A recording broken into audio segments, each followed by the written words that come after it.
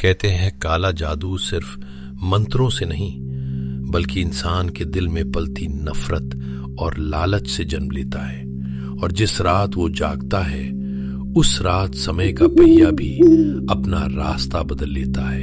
ये कहानी है चंदनपुर गांव की। एक ऐसा गांव जहां सूरज ढलते ही लोग अपने घरों के दरवाजे बंद कर लेते थे और हर कोई अपने अपने घरों में सिमटकर डर की चादर ओढ़े नींद में डूब जाता था।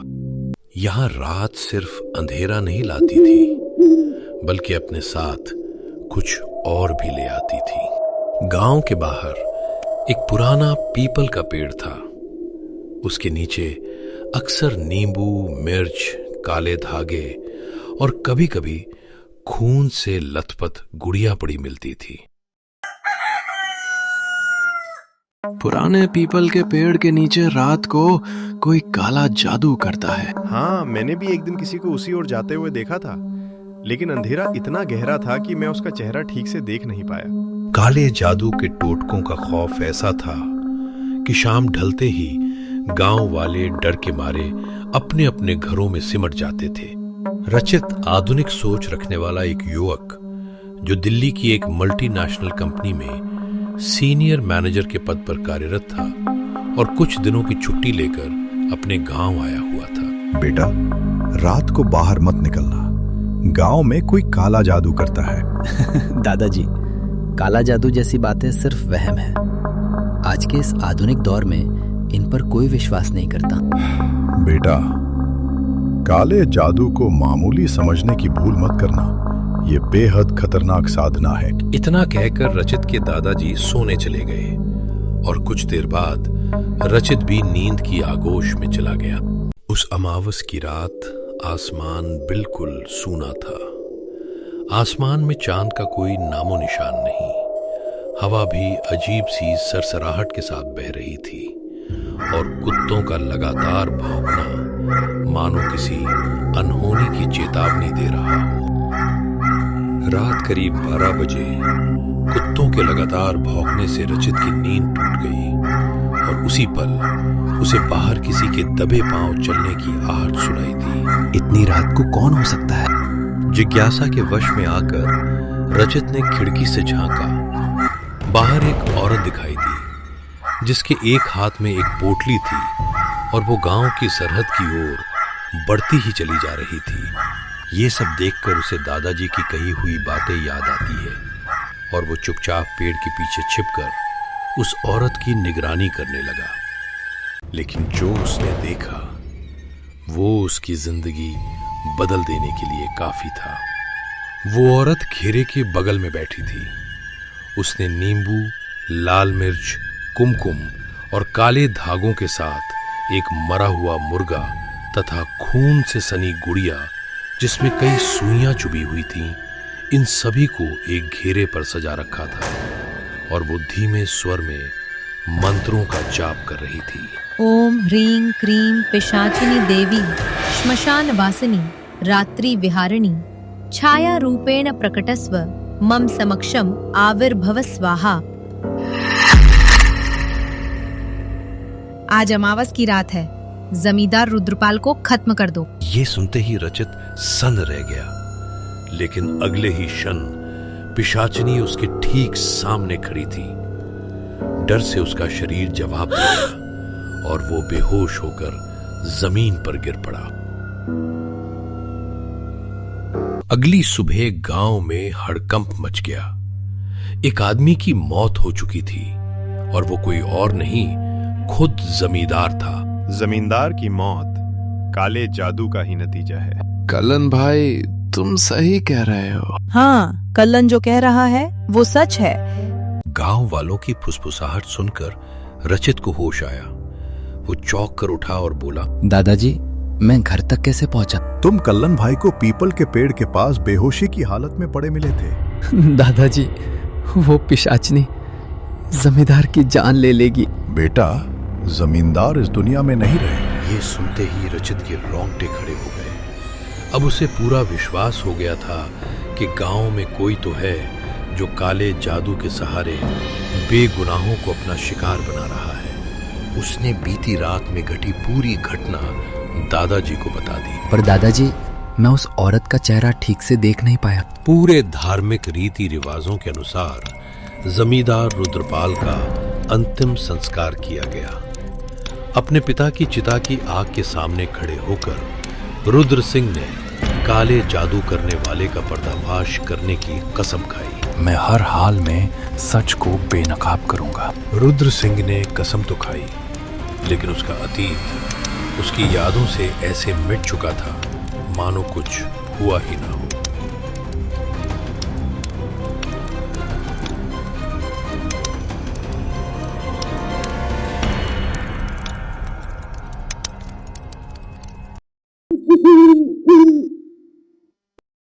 दिन गुजरते रहे। वक्त के साथ साथ खामोशी और भी गहरी होती चली गई और गांव का हर घर उसमें डूबता चला गया। गांव में अब हवा की सरसराहट ही बची थी। अमावस की काली रात एक बार फिर लौट आई थी, मगर आज गांव वाले काले जादू करने वाले पर सतर्क निगरानी रखे हुए थे।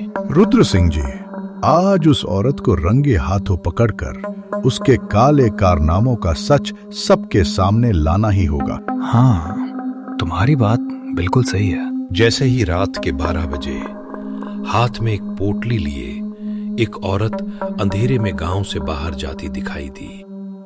रुद्र सिंह जी, वो रही वो औरत। उसका पीछा करो। हाथों में लठ और लालटेन थामे रुद्र सिंह और गांव वाले उस औरत के पीछे अंधेरे में बढ़ते चले गए।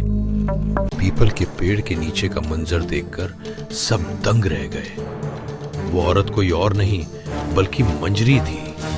वो जमींदार के घर पर खाना बनाने का काम किया करती थी। मंजरी के होंठों से धीमे धीमे पिशाचिनी को बुलाने वाले भयावह मंत्र फूट रहे थे। ओम ह्रीं क्रीं पिशाचिनी देवी श्मशान वासिनी रात्रि विहारिणी छाया रूपेण प्रकटस्व मम समक्षम आविर्भव स्वाहा। अंधकारमय पिशाचिनी, अंधकार से निकलकर मेरे समक्ष प्रकट हो। जमींदार के अंतिम वारिस रुद्र सिंह को भी खत्म कर दो। थोड़ी ही देर में गांव वालों ने मंजरी को चारों तरफ से घेर लिया। ये भाग ना सके, इसे चारों तरफ से घेरे रखो। रुद्र सिंह जी, आज की रात इसकी आखिरी रात होनी चाहिए। गांव वालों के गुस्से की आग भड़क चुकी थी। सब सख्त सजा की मांग कर रहे थे। इसने गांव वालों पर जुल्म किए हैं। इसे किसी भी कीमत पर बख्शा नहीं जाना चाहिए। इसे जिंदा ही जला दो। रुद्र सिंह के आदेश पर गांव वालों ने पीपल के पेड़ के नीचे मंजरी को जिंदा ही जला दिया। रुद्र सिंह, मेरी बेटी लाजो के साथ जो हुआ उसके जिम्मेदार तुम ही हो। मैं फिर लौटूंगी। तुम्हारे पापों की सजा तुम्हें अवश्य मिलेगी। मंजरी की देह आग में सुलग रही थी, लेकिन रुद्र सिंह की आंखों में गहरा पछतावा साफ झलक रहा था। वो घुटनों पे बल बैठ गया। रुद्र सिंह, मेरी आत्मा चैन से नहीं बैठेगी। मैं जरूर लौटूंगी। मुझसे बहुत बड़ा अनर्थ हो गया। इन सभी पापों का दोषी मैं ही हूँ।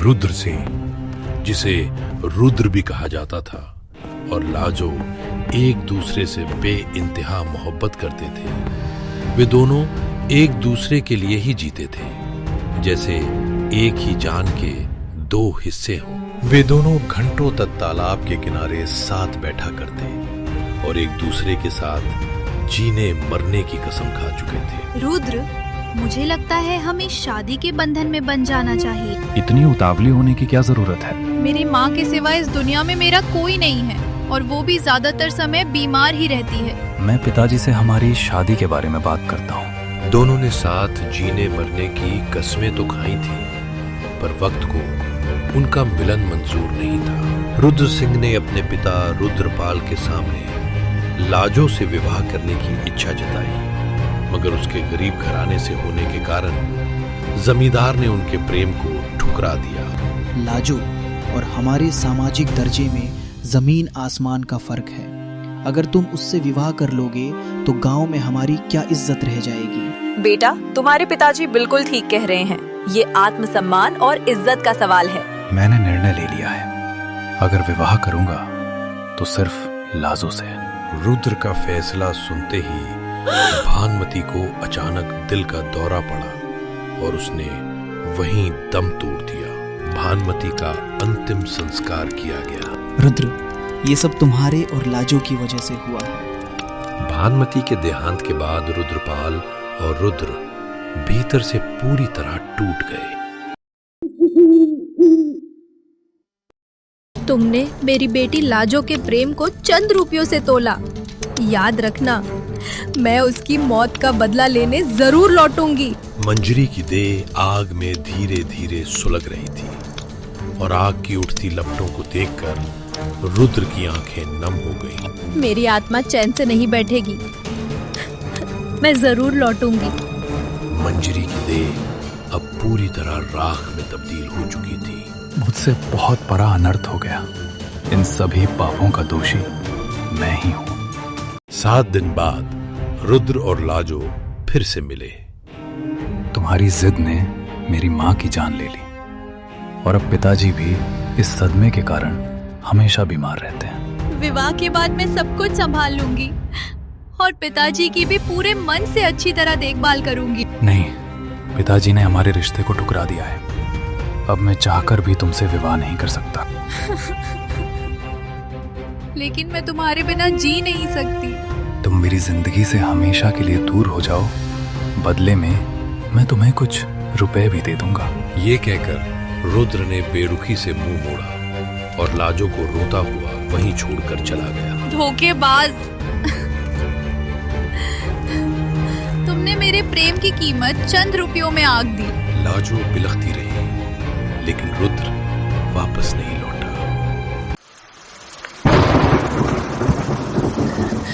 माँ, रुद्र मुझसे विवाह करने से इनकार कर रहा है। अमीर घरों के लड़के अक्सर ऐसे ही होते हैं। वे लड़कियों को इंसान नहीं, बस इस्तेमाल की चीज समझते हैं। जरूरत पड़ी तो अपनाया और मतलब निकलते ही मुंह मोड़ लिया। पर माँ, उसने रुपयों के दम पर मेरे प्रेम को कुचलना चाहा। ये कहकर लाजो वहां से चली गई। अगली सुबह पुराने पीपल के पेड़ के नीचे लाजो की लहूलुहान लाश पड़ी मिली और लाश के ठीक पास एक खून से लथपथ चाकू पड़ा हुआ था। रुद्र और रुद्रपाल ही मेरी बेटी की मौत के जिम्मेदार है। मंजरी और गांव वालों ने मिलकर लाजो का अंतिम संस्कार किया। रुद्र को अपने किए का अपराध बोध भीतर ही भीतर खाए जा रहा था। सच सामने आ चुका था, इसलिए सभी वहां से अपने अपने घरों की ओर लौट गए। मेरा बदला अभी अधूरा है, मैं लौट कर आऊंगी। डर अब रुद्र के दिल की गहराइयों तक उतर चुका था।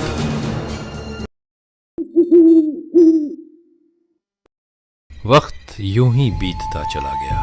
करीब आधी रात हो चुकी थी। रुद्र भी गहरी नींद में डूबा हुआ था। अचानक कमरे में लगी आग और उससे उठते धुएं ने रुद्र की नींद तोड़ दी। उसने देखा कि दरवाजे के पास मंजरी खड़ी थी और कमरे में आग भड़क उठी थी। ये नजारा देखकर रुद्र जोर जोर से चीखने लगा, बचाओ, बचाओ, ये मुझे मार डालेगी।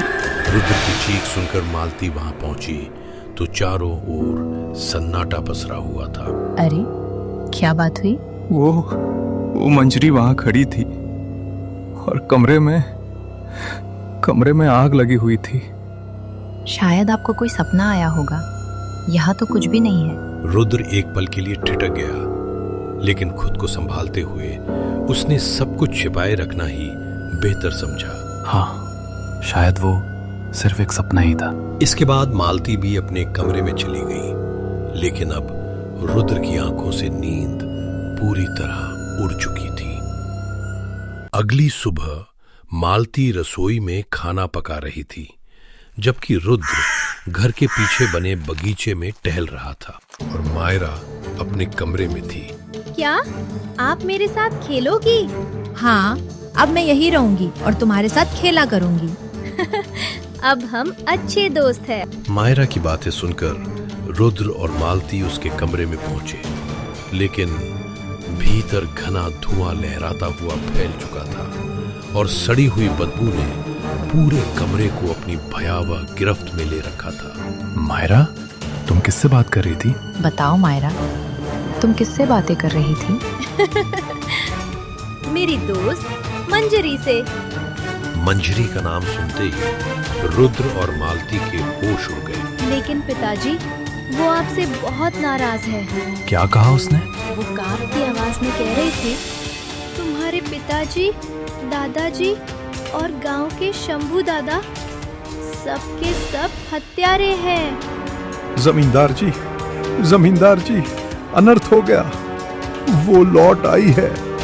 शंभू दादा की चीख सुनकर रुद्र और मालती घबराकर घर के बाहर दौड़ पड़े। जमींदार जी, मंजरी वापस आ गई है। उसने रचित की जान ले ली। अचानक तेज हवा का एक झोंका उठा और मंजरी की आत्मा प्रकट हुई। तुम दोनों भी मरोगे। तुम्हारी दुश्मनी हमसे है, तो रचित को क्यों मार डाला? मैंने रचित पर काला जादू किया ताकि वो दिल्ली से चंदनपुर लौट आए और मैं लाजो के हत्यारों से अपना बदला ले सकूं। इसका मतलब मायरा सच कह रही थी। तुम दोनों भी लाजो के हत्यारे हो। उसके साथ क्या किया था तुमने? सच सच बताओ मुझे। शंभू दादा और रुद्र गहरे अपराध बोध में डूब चुके थे और अंततः उन्होंने लाजो की हत्या का गुनाह कबूल कर लिया। उस रात जैसे ही लाजो घर से बाहर निकली, हमने रुद्रपाल जी के निर्देश अनुसार उसका पीछा करना शुरू कर दिया। उसका पीछा करते करते हम गांव के बाहर पीपल के पेड़ के पास जा पहुंचे। जैसे ही लाजो पीछे मुड़ी, अपने पीछे रुद्र सिंह जी को देखकर वो बोल उठी, मुझे पता था रुद्र, तुम मुझे मनाने जरूर आओगे। लेकिन वो इस बात से अनजान थी कि आज की रात उसकी जिंदगी की आखिरी रात होगी। मूसलाधार बारिश में वहां हम तीनों के अलावा कोई नहीं था और चारों ओर बस बारिश की तेज आवाज ही गूंज रही थी। इसके बाद रुद्र सिंह जी ने चाकू से लाजो पर वार कर दिया, जिससे उसकी वहीं मौके पर ही मौत हो गई और चाकू वहीं फेंक कर हम वहां से निकल गए ताकि किसी को हम पर शक न हो। मंजरी, हमें माफ कर दो। कृपया हमें माफ कर दो। लाजो के हत्यारों को मैं माफ नहीं करूंगी, उन्हें मौत दूंगी। जैसे ही मंजरी के ये शब्द हवा में गूंजे, चारों ओर सन्नाटा छा गया। मंजरी की आंखों में खौफनाक चमक उभर आई और अगले ही पल उसने रुद्र और शंभू दादा को अदृश्य ताकत से हवा में उठा लिया। शंभू दादा और रुद्र की देह आग में धधक उठी और उनकी चीखें सन्नाटे में कहीं खो गई। कुछ ही पलों में उनकी देह राख में बदल गई और उस राख से अब बस धुआं ही उठ रहा था। और फिर मंजरी की आत्मा भी वहां से ओझल गई। मालती ये दृश्य देखकर स्तब्ध रह गई। अंधेरे की इन कहानियों से जुड़े रहने के लिए चैनल को सब्सक्राइब करें और वीडियो को लाइक, कमेंट और शेयर करना न भूलें।